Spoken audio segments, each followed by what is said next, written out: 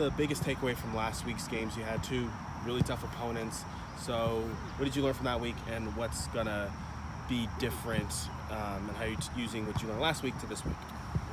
Yeah, look, we played an MLS team and went into extra time on Wednesday, put a lot of effort into that game against Cincinnati.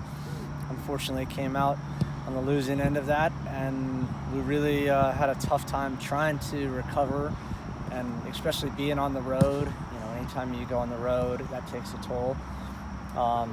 In our game versus Red Bull, we didn't play very well in the first half. It was always going to be a hard game and a hard situation. Really proud of the response coming out of halftime.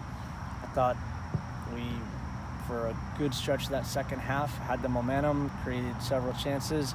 Really felt like we were going to get a result in that game.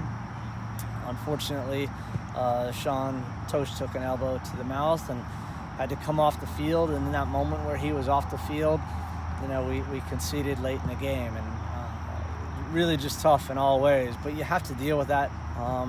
And so I think the lessons we learn is that no matter what happens to us, whether it's playing two tough games back to back, whether we have a man down, we have to be able to deal with it better, because we can't accept the results that we took last week. We have to learn from them and move on. And I know in the past, the last couple wins y'all have been able to score a ton of goals. What are you guys going to have to do in order to get back to doing that on the offensive end? Look, we didn't create as many opportunities as we would want it to on Sunday specifically. We did against Cincinnati. And then it's just a matter of us. It's been something we've dealt with all year long. We constantly are getting chances. We're not executing at the percentage that we need to be successful. And aside from winning games, and you guys are 6th in the Eastern Conference right now in the playoff hunt, what it's going to take for you guys to continue to stay in that hunt, maybe even rise up in the standings? Yeah, all we can do is take it one game at a time, and continue to learn our lessons. Right now, we've played some really good soccer. I think even last week, we had Cincinnati in a really good position for us. We weren't able to capitalize on it. Same thing with Sunday. But anytime you lose games like that, your only option is to learn from it. And if you learn from it in a positive way, then our performance can be translated into the results. And we've had a good string of results leading up to last week. In a long season, you're always going to have these setbacks, if you will.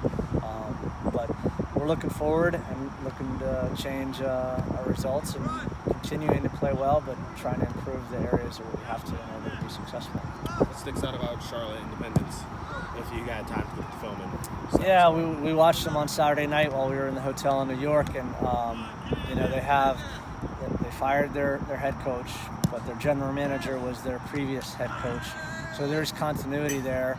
I think when you look at the way they played Saturday against Birmingham, they had an excellent performance. They won 4-1.